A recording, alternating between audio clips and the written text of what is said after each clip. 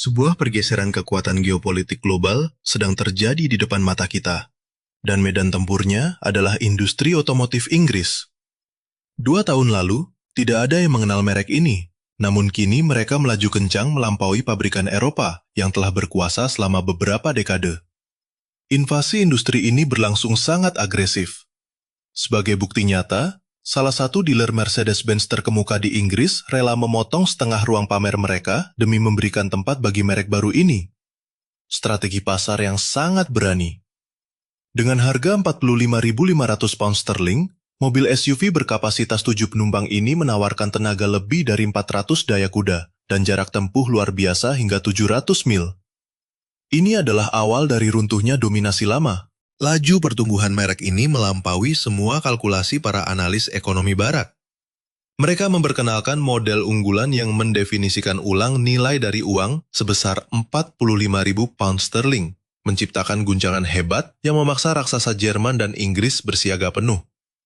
Membangun pengaruh pasar di Britania biasanya membutuhkan diplomasi korporat bertahun-tahun melalui iklan dan sponsor. Anda tidak bisa merebut wilayah kekuasaan Volvo atau Land Rover dalam semalam. Namun JQ, pendatang baru yang tiba pada akhir 2024, mengabaikan aturan itu. Tanpa sejarah panjang, mereka langsung menembus bagan penjualan resmi industri otomotif pada 2025. Bagan penjualan tersebut adalah indikator persaingan global yang sangat nyata. Masuk ke dalam daftar sebagai nama baru merupakan prestasi besar, tetapi naik secepat JQ adalah anomali strategis. Di balik JQ, ada raksasa otomotif Cina, Chery, yang juga mengendalikan Omoda dalam strategi ekspansi ganda global. Target JQ sangat spesifik, yaitu merebut konsumen kelas atas yang selama ini dikuasai Range Rover Sport, Volvo XC90, atau BMW X5. Mereka menawarkan alternatif yang lebih rasional secara finansial. Untuk memahami dinamika ini, mari kita bedah senjata andalan utama mereka, JQ8, yang dirancang khusus untuk mendominasi pasar premium Inggris. Saat melihat fisik mobil ini pertama kali, kesan dominasi visualnya sangat kuat. Bagian depannya dikuasai grill raksasa yang dirancang untuk menarik perhatian di jalan. Berbeda dari desain BMW yang sempat menjadi bahan ejekan global, elemen visual JQ terlihat matang, percaya diri, dan mahal. Moncong depannya memancarkan aura Range Rover yang berwibawa tanpa harus berlebihan. Desain eksteriornya memiliki panjang 4.820 mm dan lebar 1.930 mm. Dimensi fisik Maxim ini sengaja dirancang untuk menantang kehadiran fisik SUV mewah legendaris Inggris di jalan raya mereka sendiri, dengan postur yang sangat percaya diri. Dimensi masif ini bukan sekadar taktik gertakan visual, melainkan fungsionalitas strategis yang nyata. Kapasitas bagasinya mencapai 738 liter, dan saat kursi dilipat, ruang penyimpanan melonjak hingga lebih dari 2.000 liter. Angka ini menyamai Tesla Model Y, yang selama ini menjadi acuan kepraktisan global.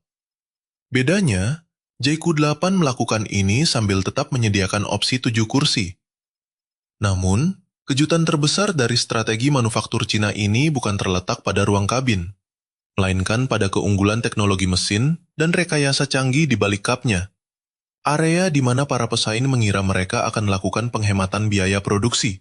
Banyak pengamat barat meremehkan bahwa dapur pacu mobil ini hanyalah mesin kecil yang tidak bertenaga. Namun, kenyataannya jauh berbeda.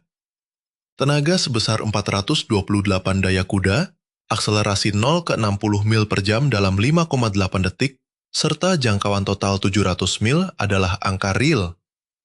Rahasianya ada pada sistem superhibrida dengan mesin 1,5 liter.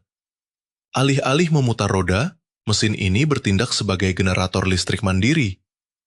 Ini adalah demonstrasi keunggulan rantai pasok baterai yang didominasi Cina, menghasilkan performa instan pada SUV 7 penumpang yang mengalahkan mobil sport berperforma tinggi berbiaya 2 kali lipat lebih mahal. Saat pertama kali mencoba akselerasinya, Anda akan merasakan hentakan instan yang mengejutkan. Berbekal baterai 34,4 kWh, mobil ini mampu melaju lebih dari 80 mil dengan listrik murni. Jauh di atas rata-rata mobil hibrida Eropa yang hanya sanggup menempuh 40 hingga 60 mil. Jangkauan kombinasi sejauh 700 mil setara dengan perjalanan dari London ke Edinburgh dan kembali lagi tanpa perlu berhenti mengisi bahan bakar. Ini merupakan efisiensi energi tingkat tinggi yang menantang ketergantungan fosil tradisional. Terlebih lagi, rahasia sasis mobil ini menunjukkan keunggulan rekayasa struktural yang selama ini gagal dipecahkan produsen barat. Pada sebagian besar mobil hibrida buatan pabrikan barat, penempatan baterai di belakang selalu mengorbankan baris kursi ketiga. Namun, Jayco memecahkan kebuntuan desain ini dengan memposisikan baterai secara rata di bawah lantai tengah kabin, persis seperti arsitektur mobil listrik murni. Keputusan strategis inilah yang membuat mobil ini mampu membawa 7 orang, mempertahankan jarak tempuh listrik di atas 80 mil, sekaligus menyediakan ruang bagasi 2000 liter. Produsen Eropa telah bertahun-tahun mencoba memecahkan masalah integrasi ini tanpa hasil memuaskan. Langkah ini menegaskan bahwa keunggulan industri mereka kini bukan lagi sekadar meniru, melainkan memimpin inovasi. Dalam perebutan pasar premium, persepsi kualitas interior adalah kunci penentu. Biasanya, kendaraan berbiaya rendah memotong anggaran pada area plastik dashboard atau tombol murah. Namun, kabin JAC iEV7S mendobrak dogma tersebut dengan material interior berkualitas tinggi. Dashboard dan konsol tengah dilapisi bahan lembut tanpa ada derit struktural saat ditekan. Penggunaan kulit sintetis hasil rekayasa manufaktur modern memberikan tekstur mewah setara kendaraan kelas atas Eropa.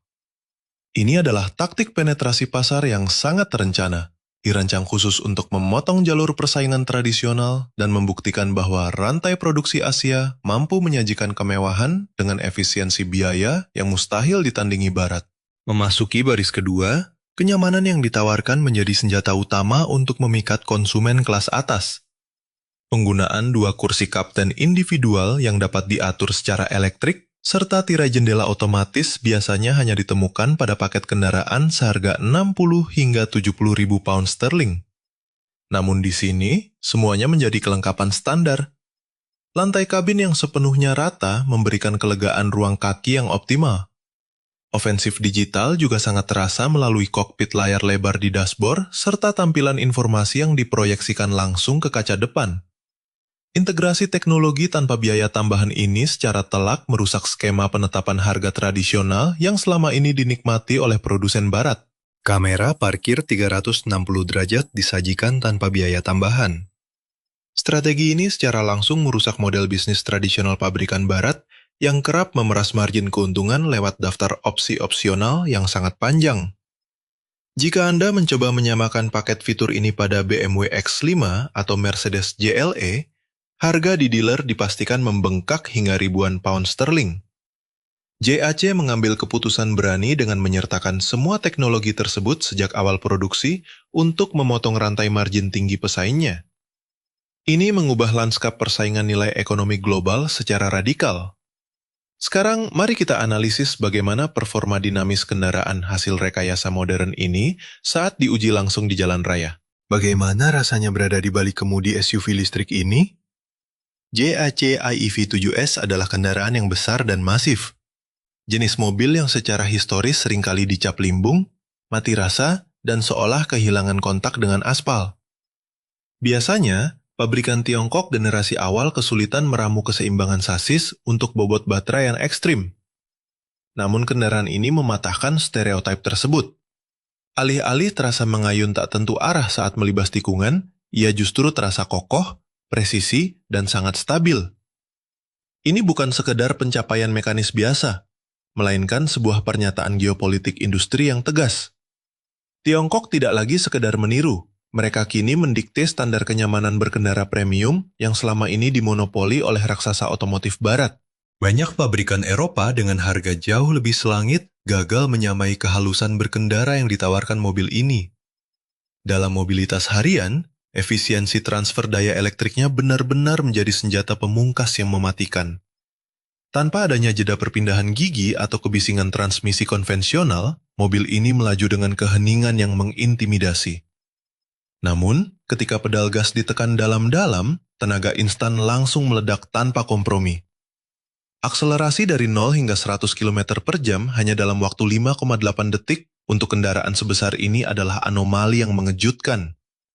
Ini membuktikan bahwa rantai pasok teknologi baterai Beijing kini telah mencapai tingkat kematangan yang siap menggeser dominasi performa Jerman.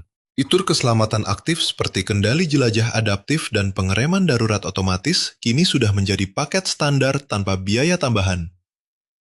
Tapi mari kita lihat peta persaingan yang lebih luas, melampaui lembar spesifikasi teknis ini. Ada pergeseran tektonik yang sedang terjadi di pasar otomotif global, khususnya bagaimana konsumen Inggris merespons kehadiran merek seperti Jayco.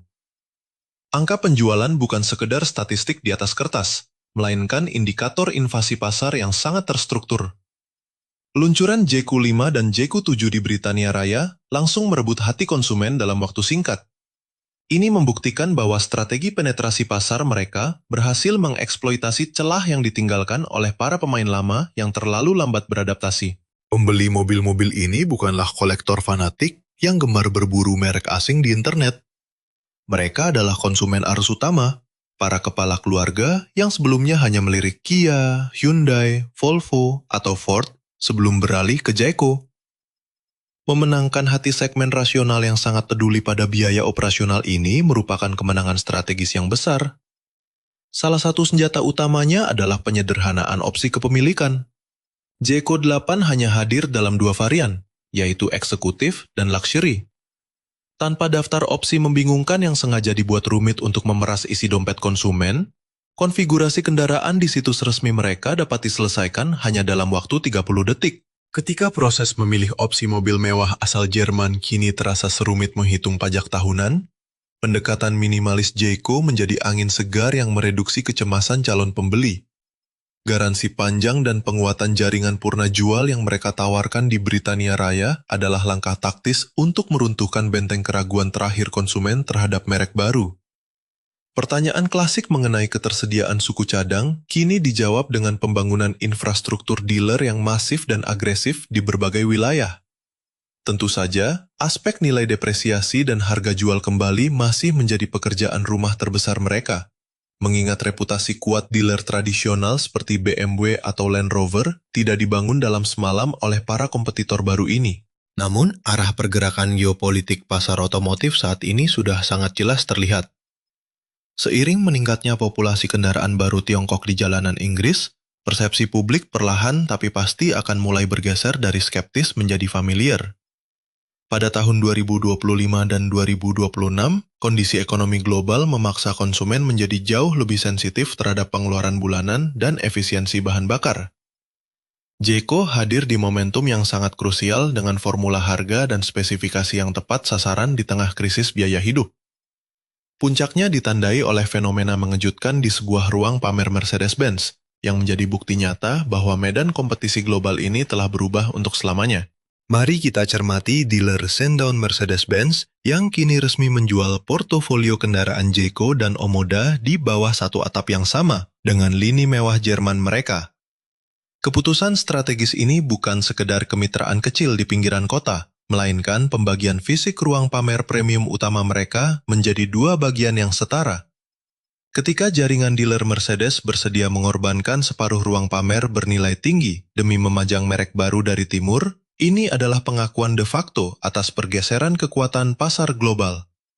Sebagai perbandingan geopolitik harga, jika Anda ingin meminang Range Rover Sport dengan spesifikasi setara di pasar saat ini, Anda harus merogoh kocek hingga lebih dari 80.000 pound sterling. Sebuah BMW X5 dengan performa dan fitur setara akan dengan mudah menembus angka di atas 60.000 pound sterling setelah Anda menambahkan opsi esensial. Di sisi lain, Jayco 8 hadir dengan persenjataan fitur lengkap hanya seharga 45.500 pound sterling. Dahulu, selisih harga yang sangat mencolok ini mudah dikesampingkan dengan alasan gengsi merek, nilai sejarah, atau jaminan purna jual jangka panjang dari merek warisan barat. Namun, seiring dengan penetrasi agresif JEC di pasar Inggris yang didukung garansi pabrikan yang solid, pembenaran atas harga mahal dealer Eropa kini semakin sulit dipertahankan. Ini bukan lagi sekedar perang dagang biasa, melainkan runtuhnya dominasi hegemoni otomotif barat. Ini adalah sinyal tak terbantahkan bahwa tatanan pasar mobil mewah global sedang direstrukturisasi secara radikal. Asumsi lama bahwa teknologi tinggi harus dibayar mahal kini runtuh di bawah tekanan daya beli konsumen real dan dominasi kapasitas manufaktur Asia yang sangat efisien. Data grafik Asosiasi Produsen Otomotif menunjukkan dengan jelas kemana arah arus uang ini mengalir. Melalui ulasan mendalam berikutnya, kita akan melihat bagaimana kendaraan ini menghadapi realitas penggunaan harian secara nyata. Sekarang, keputusan ada di tangan Anda sebagai pelaku pasar. Jika Anda dijemput menuju bandara dengan JAC-8, apakah Anda akan mengagumi lompatan teknologinya? Ataukah Anda tetap mendambakan prestis usang dari sebuah Range Rover?